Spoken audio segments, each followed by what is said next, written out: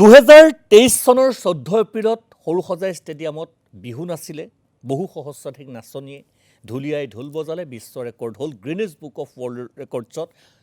বিহুৰ নাম লিপিবদ্ধ হ'ল সেইখিনিলৈকে সকলো ঠিকেই আছিল কিন্তু বিহুৰ এই অভিলেখৰ আঁৰত কেলেংকাৰীয়েও অভিলেখ সৃষ্টি কৰিলে অসম চৰকাৰৰ লোক নিৰ্মাণ বিভাগে ক'বলৈ বেয়া শুনিবলৈ বেয়া সেই লোক নিৰ্মাণ বিভাগ আকৌ মুখ্যমন্ত্ৰীৰ অধীনস্থ বিহুৰ বিশ্ব ৰেকৰ্ডৰ সময়ত বিশ্ব অভিলেখৰ সময়ত কি হৈছিল কিছু তথ্য সহকাৰে আমি চাওঁ আহক বিহুৰ অনুষ্ঠানৰ অস্থায়ী পেণ্ডেল মঞ্চ নিৰ্মাণৰ নামত ভয়ংকৰ কেলেংকাৰী 12 কোটি 68 লাখ টকা বেকডেটেড লোক নিৰ্মাণ বিভাগত সংঘটিত হৈছে ভয়ংকৰ কেলেংকাৰী আৰটিআই তথ্য ৰাজহুৱা কৰি সংবাদমেলত বিস্ফোৰক অভিযোগ বিহু অনুষ্ঠিত হৈছিল 2023 চনৰ 14 এপ্ৰিলত আৰু নিবিদা অৰ্ডাৰ দিয়া হৈছিল 2023 চনৰ 30 ছেপ্টেম্বৰত 5 মাহ 17 দিনৰ পাছত লোক নিৰ্মাণ বিভাগে ইছ্যু কৰিছিল নিবিদা ভূপিন্দৰ পাল সিং ৰফে কিকিৰ এক প্ৰকাৰ ৰাজ চলিছে এচিএমই ইভেন্ট এণ্ড এক্সপ'ই লাভ কৰিছিল কমলজিৎ সিঙৰ কেপিটেল অভাৰডেজে লাভ কৰিছিল গুলজাজ সিঙৰ হোৱাইট ড'ৰ ইভেণ্টে লাভ কৰিছিল গোটেইখিনি ঠিকা অস্থায়ী পেণ্ডেল কাঠৰ প্লেটফৰ্ম ইত্যাদি ইত্যাদি কেপিটেল অভাৰডেজক দিয়া হৈছিল প্ৰায় 90,50,000 টকাৰ ঠিকা ভিভিআইপি ৰুমৰ ফাৰ্নিচাৰ প্লাষ্টিকৰ চকী যোগানৰ নামত 24,23,000 টকাৰ 43,000 টকা সজুৰ সোফা যোগানৰ নামত প্ৰায় 18 লাখ টকা সজুৰ সোফা 18 লাখ টকা প্ৰতিখন সোফা যোগানৰ নামত 2,98,000 টকা প্ৰদান এয়া বিহুৰ বিশ্ব অভিলেখৰ নামত হৈ গৈছিল 500খন প্লাষ্টিকৰ চকী যোগানৰ নামত প্ৰায় 9,73,000 টকা প্লাষ্টিকৰ চকী ৰং দিয়াৰ নামত 38,74,000 টকা প্লাষ্টিকৰ চকী ৰং দিয়া অস্থায়ী টয়লেট মঞ্চ নিৰ্মাণৰ নামত প্ৰায় 97 লাখ টকা কাঠৰ ফ্ল'ৰিং ৰেড কাৰ্পেটৰ নামত প্ৰায় 1 কোটি টকা 98,47,000 কেৱল ৰেড কাৰ্পেটৰ নামত 20,45,000 টকা হৰ হিচাপকেইটা আপোনালোকে দেখা পাইছে মই কোৱা নাই আটাইকেইটা প্ৰতিষ্ঠানৰ ঠিকনা এটাই আটাইতকৈ সমস্যাটো সেইখিনিতে ঠিকনা পল্টন বজাৰ গোপীনাথ নগৰ হাউচ নম্বৰ 119 15খন নিবিদা মুঠ আছিল 15খন নিবিদাত অংশগ্ৰহণকাৰী আছিল এটাকৈ প্ৰতিষ্ঠান আৰু অনুষ্ঠান হৈ যোৱা 5 মাহ 17 দিনৰ পিছত কেনেকৈ নিবিদা আহ্বান কৰিব পাৰে এই প্ৰশ্ন গড়কাপ্তানী মন্ত্ৰী মুখ্যমন্ত্ৰীলৈ পোনপটীয়া প্ৰশ্ন কি চলি আছে দিছপুৰৰ ভিতৰ চৰাত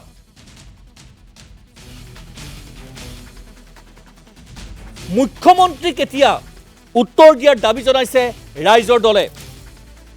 আৰু এই মুহূৰ্তত মই পুনঃ সংযোজিত হ'ব বিচাৰিছোঁ আজি সংবাদমেল সম্বোধন কৰা ৰাইজৰ দলৰ সাধাৰণ সম্পাদক ৰাছেল হুছেইন হুছেইন ডাঙৰীয়া মই আপোনাক স্বাগতম জনাইছোঁ এইখিনি সময় দিয়াৰ বাবে প্ৰথমতে আপুনি সংবাদমেল যোগে সকলোখিনি কথা সদৰি কৰিছে কিন্তু তাৰ পিছতো মই কিছু কথা জানিবলৈ চেষ্টা কৰিম এই কিকি নামটো দিছপুৰত বৰ চৰ্চিত বা দিছপুৰৰ আশীৰ্বাদ পুষ্টসকলৰ মাজতো বেছ জনপ্ৰিয় কিকি নামটো আমি শুনি আছোঁ কিন্তু কিকিৰ নামৰ মাধ্যমেৰে এই ধৰণৰ কেলেংকাৰী এই ধৰণৰ দুৰ্নীতি বিহুৰ বিশ্ব অভিলেখ হৈ গ'ল এপ্ৰিলৰ 14 তাৰিখে আৰু নিবিদা আহ্বান কৰা হ'ল 30 ছেপ্টেম্বৰত আৰু তাৰ পিছত কি পৰ্যায়ত হৈছে সোফাৰ ভাড়া 3 লাখ টকা এই কথাখিনি আচলতে মই পুনৰ আপোনাৰ মাধ্যমেৰে ৰাইজক জনোৱাৰ চেষ্টা কৰিম ৰাছেল হুছেইন ধন্যবাদ ভূঞা ডাঙৰীয়া আজি এই যিখিনি কথা আমি সংবাদমেল যোগে কৈছোঁ এই কথাখিনি আৰটিআইৰ তথ্যৰ ভিত্তিত কৈছোঁ আৰু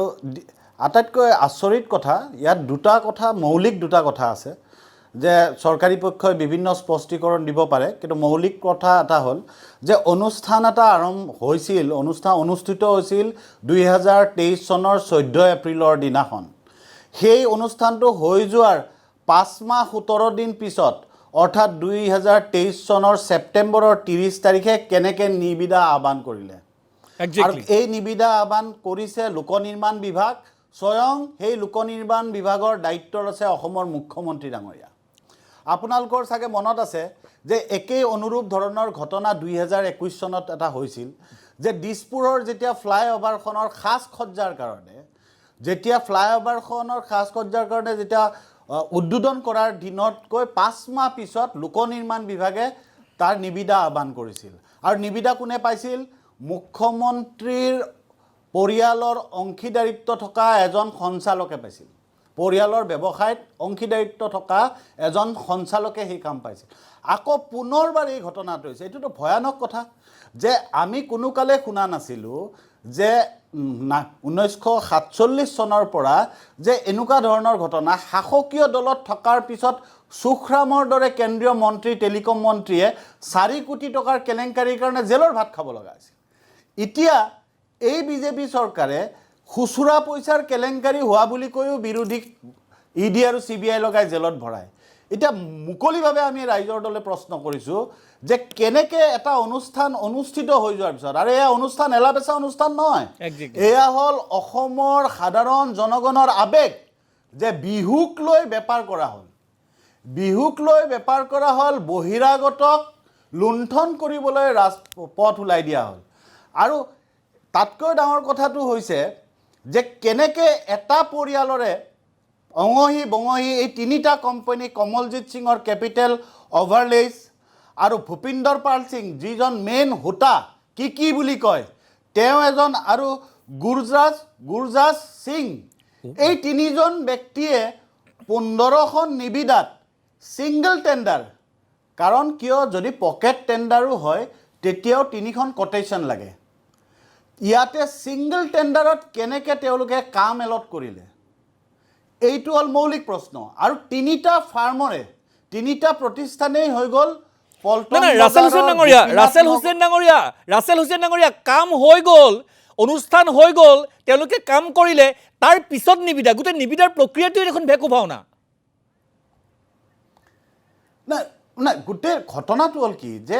কাম এটা হৈ যোৱাৰ পিছত নিবিদা কৰিছে তাৰমানে কামটো কাক দিব সেইটো চৰকাৰে আগে সিদ্ধান্ত লৈ থৈছে নিবিদাটো যে ভেকু ভাওনা এইটো স্পষ্ট কথা এইটো আগতেও আমি দেখিছোঁ আগতেও আমি সংবাদমেল কৰিছিলোঁ আগতেও RTI তথ্যৰ ভিত্তিত এইবোৰ কথা কৈছিলোঁ এতিয়াও আজিও পুনৰবাৰ এই কথাটো ওলাই পৰিছে এইটোতো ভয়ানক কথা মুক্ত লুণ্ঠন চলিছে আৰু তাতে আকৌ বিহুৰ নামত এনেকুৱা লুণ্ঠন চলিছে ইয়াতকৈ ডাঙৰ দুৰ্নীতি আৰু সিন্ডিকেট কি হ'ব পাৰে যে 3টা ফাৰ্ম যেতিয়াই কাম পায় আপুনি কোভিডৰ সময়ৰ কথা কওক এতিয়া বিহুৰ অসমৰ আৱেগৰ কথাত অসমৰ আৱেগ বিহু তাক লৈ যি বেপাৰ কৰা হ'ল সেইটোতো আপোনালোকে দেখিছে এতিয়া RTI তথ্যত ওলাই গ'ল তাতকৈ ডাঙৰ কথা কোভিডৰ সময়ত যি অৱস্থাত মানুহৰ ভৱিষ্যত লৈ শংকা আছিল যে মানুহে জীয়াই থাকিব না নাই আমাৰ অৰ্থনীতি থাকিব না নাই আমি জীয়াই থাকিব পাৰিম নাই সেই শংকাৰ সময়তো এই কি বোলাজনক মুক্ত লুণ্ঠন কৰিব দিয়া হৈছিল মুক্ত লুণ্ঠন কোনো টেণ্ডাৰ নাই কোনো হেৰি নাই মানে কোভিড চেণ্টাৰৰ নামত খাদ্য ছাপ্লাই দিয়াৰ নামত টেণ্ট বনোৱাৰ নামত এই লুণ্ঠন আৰু এইটোৱে কথা কৈছে এই সিন্ডিকেটটো অকল এই ঘটনাটোক লৈ এইটো সিন্ডিকেট নহয় এই সিন্ডিকেটটো অসমৰ মুখ্যমন্ত্ৰী হিমন্ত বিশ্ব শৰ্মাই দায়িত্ব লোৱাৰ পিছত এইটো এটা সুপৰিকল্পিতভাৱে এটা সিন্ডিকেট চলি আছে কয়লাৰ সিন্ডিকেট বাদ দিয়ক কণীৰ সিন্ডিকেট বাদ দিয়ক মাছৰ সিন্ডিকেট বাদ দিয়ক সুপাৰীৰ সিন্ডিকেট বাদ দিয়ক মুক্তভাৱে তেওঁলোকৰ স্বয়ং লোক নিৰ্মাণ বিভাগে কাম মুখেৰে দি দিছে তাৰ পিছত টেণ্ডাৰৰ নামত ভেকুৰ ভাওনা কৰি 5 মাহ 17 দিন পিছত ৱৰ্ক অৰ্ডাৰ দিছে ইয়াতকৈ ডাঙৰ হুছেইন ডাঙৰীয়া আৰু এটা কথা যে 3টা প্ৰতিষ্ঠান আপুনি ইতিমধ্যে উল্লেখ কৰিছে কি ওৰফে ভূপিন্দৰ পাল সিং তাৰপিছত কমলজিৎ সিঙৰ কেপিটেল অভাৰলেজ গুলজাজ সিঙৰ হোৱাইট ড'ৰ ইভেণ্ট এই 3টা প্ৰতিষ্ঠানৰ কাৰ্যালয় এটাই কাৰ্যালয় দেখুওৱা হৈছে পল্টন বজাৰ এতিয়া প্ৰশ্নটো হ'ল এই কিকি বোলাৰ নামটো আমি বিভিন্ন সময়ত বিভিন্ন ধৰণে বিভিন্ন মাধ্যমত কিকি নামটো শুনি আছোঁ কিকি চৰকাৰী যিকোনো ধৰণৰ অনুষ্ঠান মানে কিকি ৰজাঘৰৰ বিভিন্ন কাৰুকাৰ্য মানে কিকি আৰু এনে অভিযোগ আহিছে যে কিকিৰ দৌৰাত্মৰ বাবেই দিছপুৰেই হওক বা সমগ্ৰ অসমৰ চৰকাৰী অনুষ্ঠানবিলাকতে হওক যিখিনি অসমীয়া ক্ষুদ্ৰ ব্যৱসায়ী আছিল বা যিখিনি অসমীয়া প্ৰতিষ্ঠান আছিল এক প্ৰকাৰ ভাত মৰিছে এই কিকি আচলতে কি শক্তিত বলিয়ান কোন এই কিকিৰ শিৰৰ ওপৰত কাৰ হাতখন আছে এইটো স্পষ্ট কথা আপোনালোকৰ চেনেলতে বিভিন্ন অনুষ্ঠান এডভান্টেজ আছামৰ অনুষ্ঠানৰে আপোনালোকৰ চেনেলত যিবোৰ নিউজ ওলাইছে তাৰ পিছফালে চাব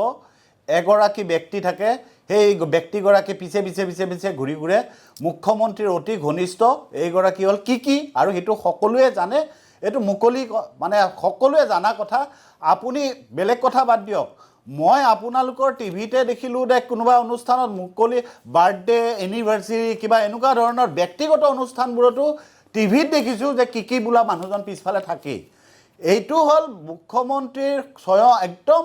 মানে আটাইতকৈ ক্লজেষ্ট বৰঘৰৰ মানুহ বৰঘৰত পৃষ্ঠপোষকতাত এই চিণ্ডিকেট চলিছে স্পষ্ট কথা এতিয়া মোক আজি চৰকাৰী পক্ষৰ পৰা অলপ আগতে এজন ব্যক্তিয়ে সন্মানীয় তে দাদাই ফোন কৰি কৈছিল যে এইটো ছাপ্লাই নহয় আমি পাৰ্চেছ কৰিছোঁ সোফা ছেট তে সোফা ছেট যেতিয়া অস্থায়ী মঞ্চ অস্থায়ী কাৰ্পেট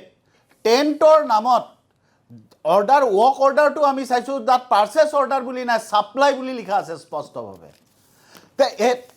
ছাপ্লাই দিছে সোফা ছেট 3 লাখ টকাকৈ তাৰ মানে ছাপ্লাই মানে ভাড়াত দিছে কাৰণ অস্থায়ী মঞ্চ এটাত সোফা ভাড়াত দিয়ক আৰু যদি সোফা যদি ভাড়াত দিয়া নাই কিনিছে 3 লাখ টকীয়া সোফানো কেনেকুৱা হয় সেই 6খন সোফানো ক'ত আছে সেইটো ৰাজহুৱা কৰক আমি চাবলৈ যাম আমি দলৰ নেতৃবৃন্দ সকলোৱে একেলগে যাম সংবাদ মাধ্যমৰ লোকক লৈ যাম ক'ত থৈছে এই 3 লাখ টকীয়া সোফা 6খন আমাক দেখাওক সেইকাৰণে কৈছোঁ এইটো মুক্ত লুণ্ঠন হৈছে আজি অনুষ্ঠান পাৰ হৈ যোৱাৰ পিছত গিনিজ বুক ৰেকৰ্ডত নাম অহাৰ কাৰণে যি বিহুৰ নৃত্য হৈছিল সৰু সজাইত সেই বিহুৰ নৃত্যৰ 5 মাহ 17 দিন পিছত ছিংগল টেণ্ডাৰৰ নামত 12 কোটি 68 লাখ টকা ওলাই দিয়া হৈছে এই ধন কাৰ হয় এই ধন আমাৰ কৰ কাটলৰ সম্পত্তি কৰৰ পৰা হওক টোল গেটৰ দ্বাৰা কৰ হওক আৰু বিভিন্ন টেক্স লগাই মূল্য বৃদ্ধিৰ জৰিয়তে হওক টেক্স লগাই আমাৰ পৰা যি শোষণ কৰা হৈছে সেই শোষণৰ পইচাৰে আজি মুক্ত লুণ্ঠন চলিছে সকলো নিয়ম নীতি ভৰিৰে মোহাৰি সকলো নিয়ম নীতি টেণ্ডাৰৰ যিবোৰ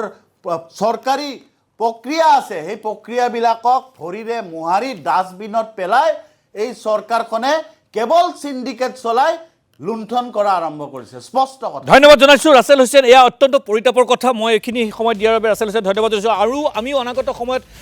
লক্ষ্য ৰাখিম আচলতে কি পৰ্যায়ত এই কাৰ্যক্ৰমণিকা হৈ আছে বিশেষকৈ এই কিকি বোলা ব্যক্তিজনৰ কথা বিভিন্ন সময়ত ৰাজহুৱা হৈছে বিভিন্ন সময়ত পোহৰলৈ আহিছে মই পুনৰবাৰ কৈছোঁ যে এক প্ৰকাৰ দিছপুৰত এই ধৰণৰ অনুষ্ঠান বিশেষ চৰকাৰী অনুষ্ঠানবিলাকত একচ্ছত্ৰী সম্ৰাট হোৱাৰ দিশে বা একচ্ছত্ৰী সম্ৰাট হৈ আছে কি যাৰ বাবে বিভিন্ন থলুৱা প্ৰতিষ্ঠানো বঞ্চিত হৈছে আৰু কিয়ে কি পৰ্যায়ত লুণ্ঠন চলাইছে কি পৰ্যায়ত কাম কৰিছে সেয়া আপোনালোকৰ সন্মুখত আমি আশা কৰিম চৰকাৰী ফালৰ পৰা চৰকাৰ ৰজাঘৰৰ ফালৰ পৰা এই ক্ষেত্ৰত এক উচিত উত্তৰ দিব